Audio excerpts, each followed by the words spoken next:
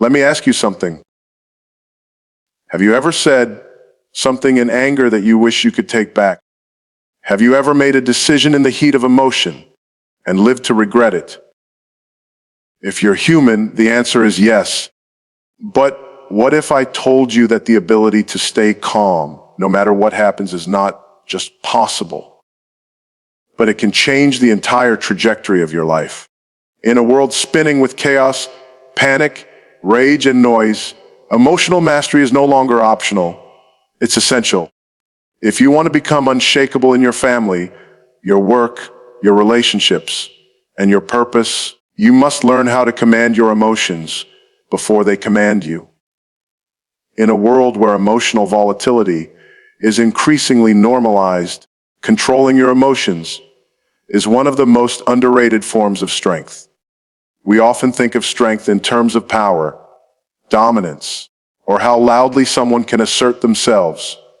But real strength, quiet, grounded, immovable strength, is revealed not in the ability to overpower others, but in the ability to govern yourself, especially under pressure.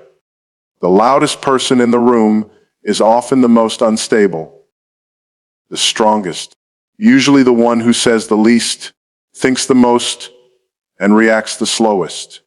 Why? Because they've trained themselves not to be ruled by their feelings. Emotions are natural. They're a gift, not a flaw.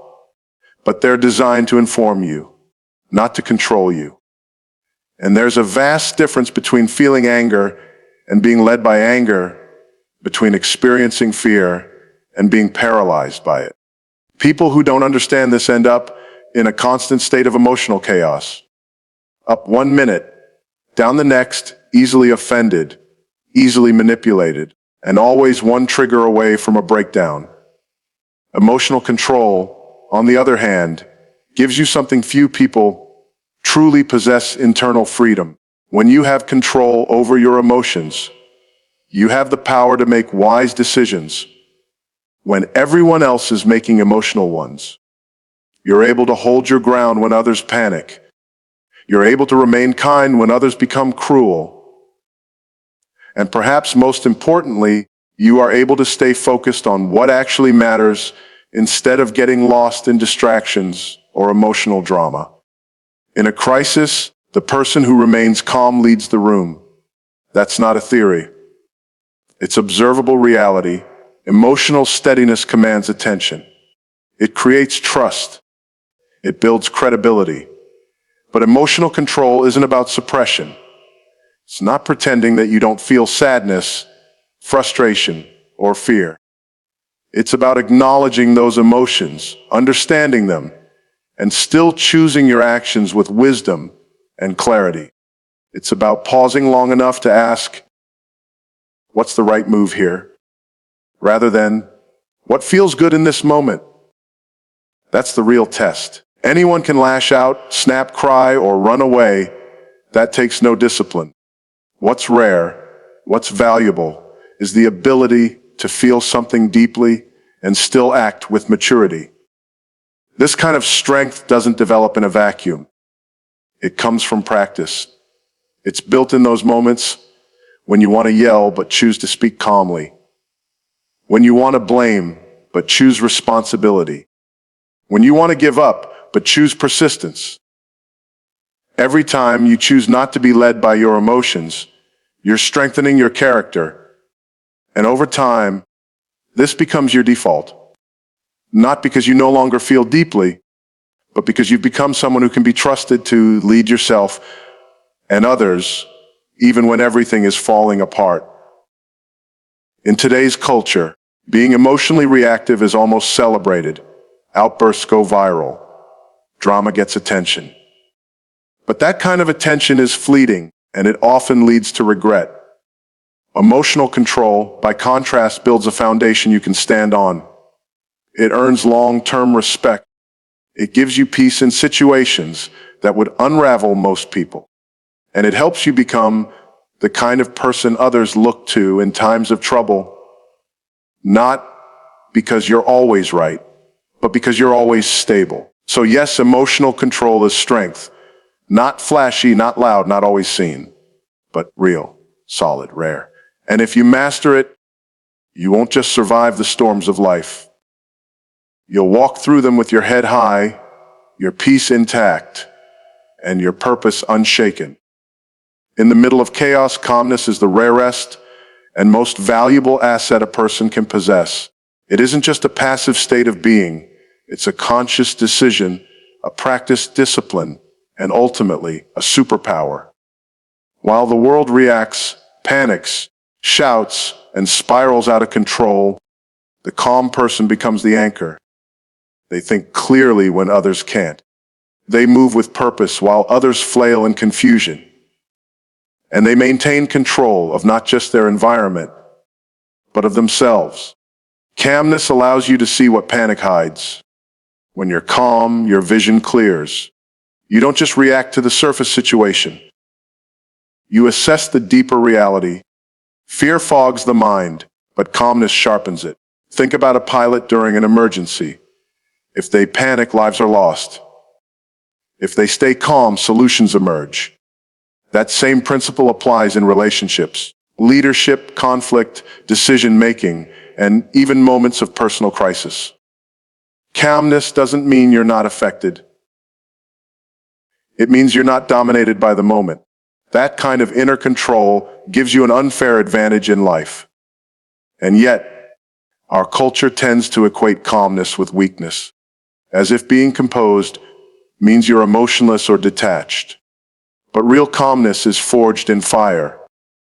It's what happens when a person has seen enough chaos, felt enough pain, endured enough stress, and still refuses to be conquered by it.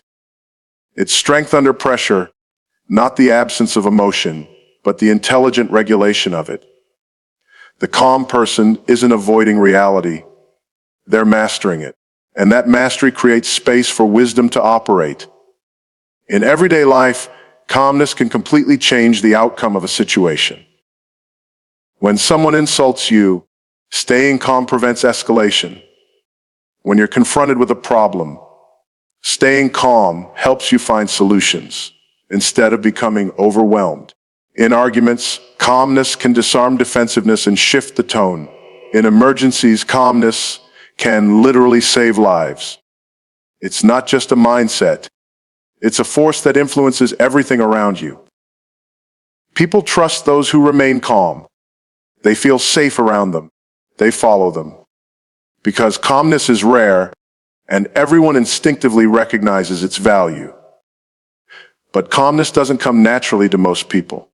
It has to be cultivated. It requires awareness of your emotional patterns and the discipline to pause before responding.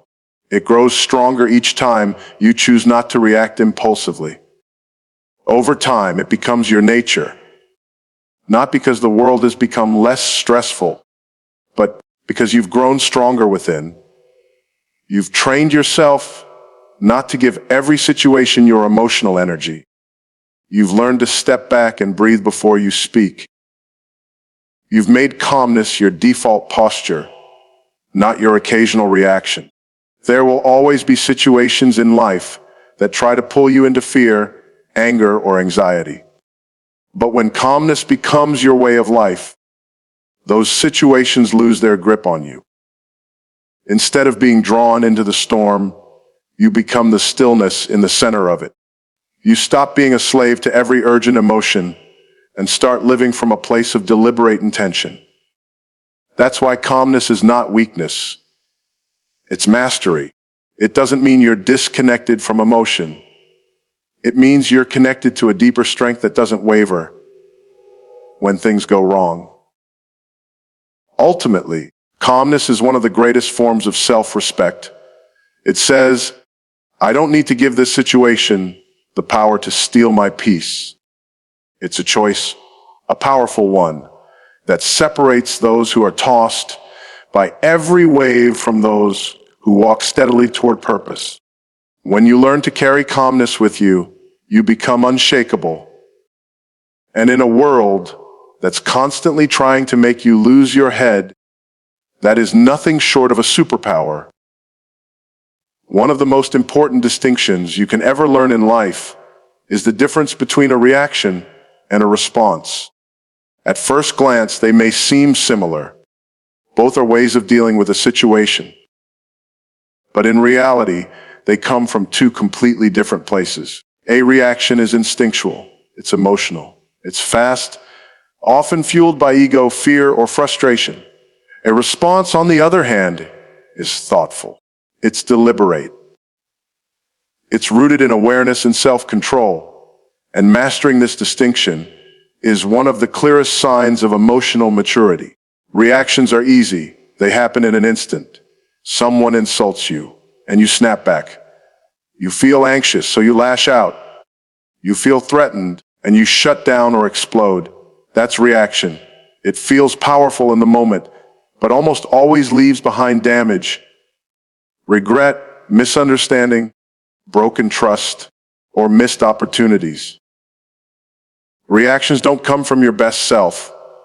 They come from the part of you that's trying to protect itself, often at the cost of clarity, peace, or wisdom. Responses take more effort, but they carry more power. When you respond, you pause. You reflect. You observe your own emotions before letting them lead you. That moment of pause may only last a few seconds, but within it lies everything: control, wisdom, and peace.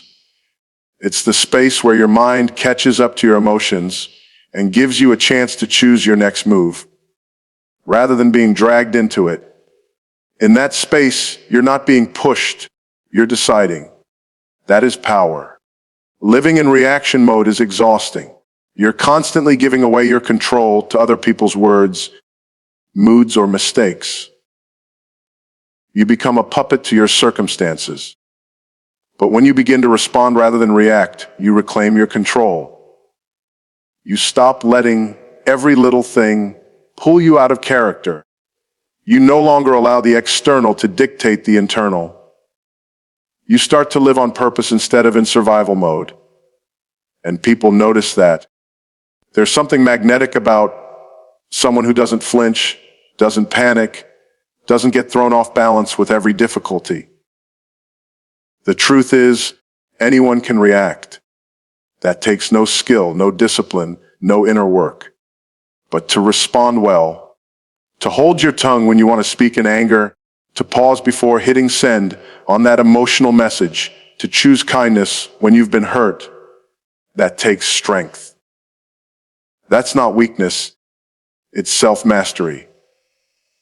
And it makes all the difference in your relationships, your leadership, and your reputation. The people you trust most in life are likely not the ones who react impulsively. They're the ones who stay calm, think clearly, and respond with wisdom. The real challenge comes in high-pressure moments, when you're tired, stressed, or hurt. That's when your ability to choose a response over a reaction is tested. And that's why it has to become a practice, a way of life. You train for it like you train a muscle. You notice your emotional triggers. You create space between the feeling and the action. And slowly, over time, you rewire your patterns. You stop being emotionally hijacked, and you start becoming emotionally intelligent. There's a kind of freedom in knowing you don't have to react to everything. You don't have to attend every argument you're invited to. You don't have to let anger make your decisions or fear dictate your path. You can feel deeply and still respond wisely. You can be strong without being aggressive, honest without being harsh, and firm without losing your peace. That's the difference between a life led by emotion and a life led by intention. The more you choose response over reaction, the more powerful, peaceful, and purposeful your life becomes. Your emotions are real. They are powerful. And they matter. But they were never meant to be your masters. Emotions are messengers. Signals that something inside you or around you needs attention. They can point to wounds, needs, values, and threats. They speak in urgency and energy, but they don't always speak in truth. That's why learning to hear your emotions without handing them the wheel is one of the most important things you will ever do. Most people either obey their emotions blindly or try to suppress them completely. Both approaches are dangerous. If you obey every emotion, you become unpredictable, reactive, and inconsistent. You make decisions based on how you feel in the moment instead of what's wise in the long term. You lash out when angry, withdraw when anxious, spiral when discouraged. Your life becomes a storm, chaotic and unstable, because you've handed control to something that was never meant to steer your life. On the other hand, if you suppress emotions, you bottle them up until they explode in ways you can't control. You may appear composed on the outside, but inside you're boiling. Suppression doesn't resolve emotion. It buries it alive. Over time, that unprocessed emotion turns into resentment, bitterness, or depression. It affects your health, your relationships, your ability to think clearly. So the goal isn't to silence emotions, but to learn to listen to them with discernment.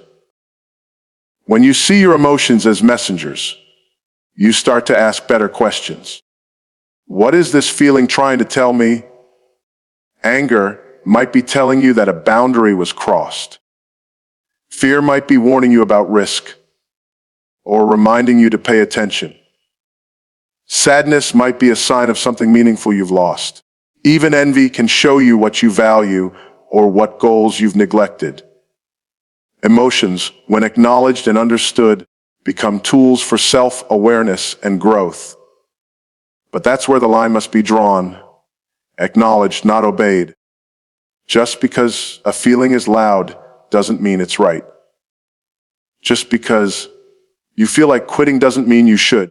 Just because you're hurt doesn't mean the world is against you. Emotions are temporary, they pass. They rise and fall. They can be influenced by hunger, sleep, stress, or even a passing comment. So building your life, your identity, or your decisions on raw emotion is like building a house on shifting sand. It won't hold. Instead, you need to become the observer of your emotions, not the servant. You feel them fully, but you step back and examine them before acting. You allow the emotion to inform you, but you let wisdom, values, and truth guide your behavior. That's emotional intelligence, the ability to integrate emotion without being ruled by it. It means you can be angry without being cruel, afraid without being paralyzed, joyful without being reckless. When you stop being mastered by your emotions, your life becomes more stable. You don't swing from one extreme to another. You're no longer at the mercy of moods or circumstances. You start showing up as your best self more consistently. People begin to trust you more, not because you're emotionless, but because you are emotionally steady. You become someone who can be counted on, not because you don't feel, but because you've learned how to feel wisely. So let your emotions speak, but don't let them rule. Let them alert you, but don't let them drive. Listen to them, respect them, even thank them. But then choose your path based not on what screams the loudest, but on what aligns with your values, your goals, and your character. That's how you stay rooted. That's how you lead yourself with strength. Because emotions are messengers, and you are the master. There comes a point in life where you must decide, do you want to live by emotion or by discipline? Do you want to be known for emotional drama or for inner strength? It's a choice, one that shapes your relationships, your mental stability, your reputation, and your future. Emotional discipline is not about suppressing your feelings or pretending to be unaffected. It's about refusing to let those feelings dictate your behavior, your words, or your decisions. Discipline over drama means showing up grounded, even when everything around you is shaking. Drama is easy. It's addictive. It feeds on chaos, exaggeration, and impulse. It turns every inconvenience into a crisis and every disagreement into a personal attack. People caught in cycles of drama often don't realize how much energy they're wasting, how many bridges they're burning, or how often they're viewed as unstable or unreliable. And the sad reality is, drama might gain attention in the moment, but it loses respect in the long run. It creates noise, not impact. It adds stress, not solutions. Discipline, on the other hand, is quiet. It doesn't demand the spotlight. It's not glamorous, and it often goes unnoticed. But it builds something drama never can: trust. When you choose discipline, you choose maturity. You don't respond to every insult. You don't act out of impulse. You don't allow emotions to override your principles. You might feel frustrated, triggered, or deeply hurt. But you pause, you reflect, and then you move with intention. That doesn't make you weak. It makes you powerful. People often confuse emotional discipline with coldness. But the truth is, it takes far more strength to remain calm in a storm than to scream with the wind. It's easy to give in to emotion and call it authenticity. It's harder, but far more valuable, to channel that emotion through character. Discipline over drama means not needing to prove yourself in every moment. Not every battle is worth fighting. Not every opinion needs defending.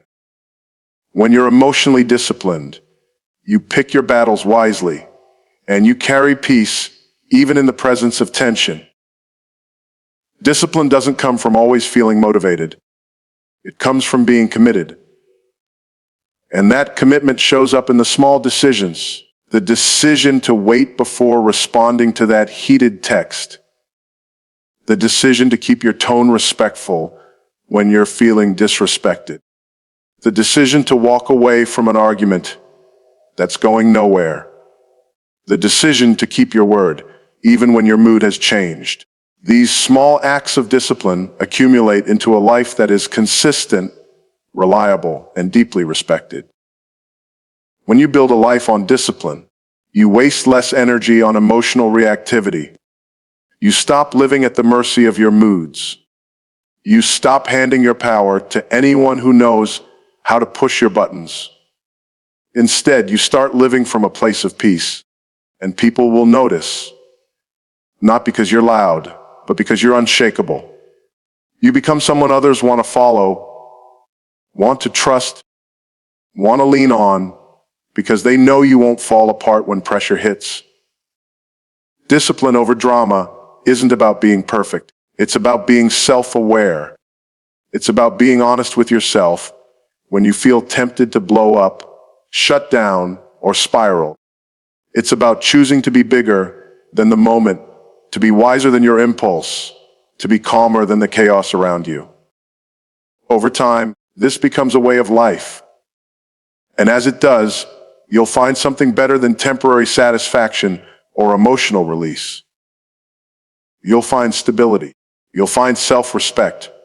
You'll find freedom. Because the truth is, anyone can create drama, but very few can carry discipline. And those who do, they rise quietly, steadily, and powerfully.